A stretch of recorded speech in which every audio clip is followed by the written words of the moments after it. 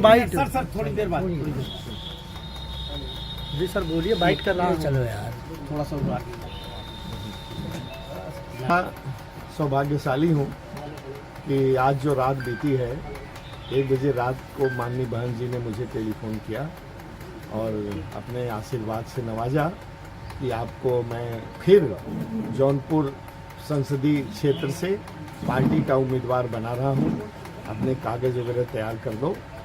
तो मैं आज तो सुबह निकलने वाला था बाहर के लिए, लेकिन इस संयोग की बात है कि उनका टेलीफोन आ गया रात को, तो मेरे सब पेपर्स वगैरह तैयार हैं।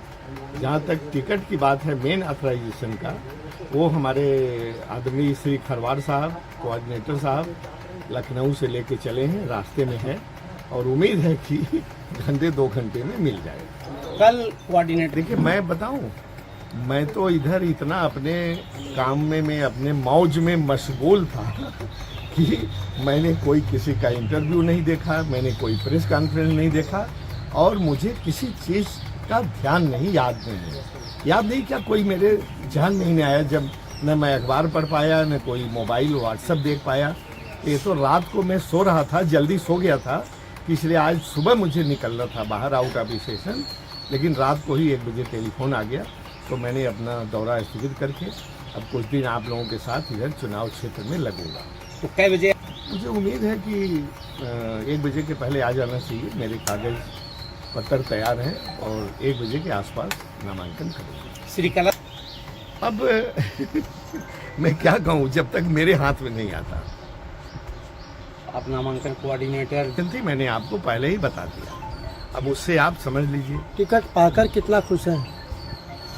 नहीं, हम बहुत खुश हैं। वैसे तो आपको मालूम है, आप लोगों के सामने कुछ चंद महीनों पहले मैंने चुनाव न लड़ने की घोषणा कर दिया था, लेकिन मैंने कहा था कि जब तक कोई व्यक्ति, कोई पार्टी मुझे ज़्यादा जोर नहीं देगा तब तक मैं चुनाव नहीं लड़ता। लेकिन माननीय बहन जी का जो मुझे टेलीफोन आया, उन्होंने कहा कि आपको लड़ना है, उनकी तरफ से ही आया, तो आप समझिए कि मैं कितना सौभाग्यशाली हूँ।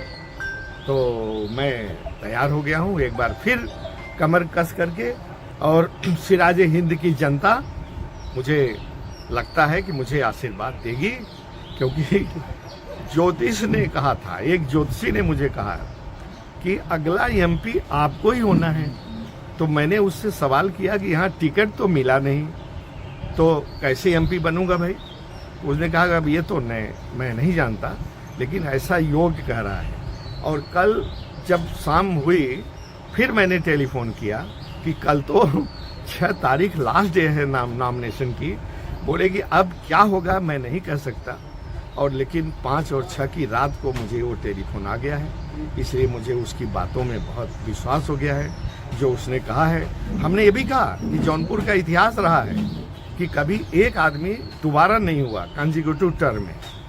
तो उसने कहा कि अब मैं इसको नहीं कर सकता कैसे होगा, लेकिन अगला एमपी आपको होना है। तो उसकी बात का मुझे बहुत विश्वास है, और मैं उसी विश्वास पर और बसपा के कार्यकर्ताओं के विश्वास पर, सिराजे हिंद की धरती पर जितने हमारे वोटर हैं, पहले भी उन्होंने मुझे बहुत मदद किया है, बहुत हमारे लिए उन्होंने वोट देने के लिए धूप गर्मी झेली है। पूजा पाठ ज्योतिषी पर कितना विश्वास करते हैं? देखिए अब तो कुछ हो गया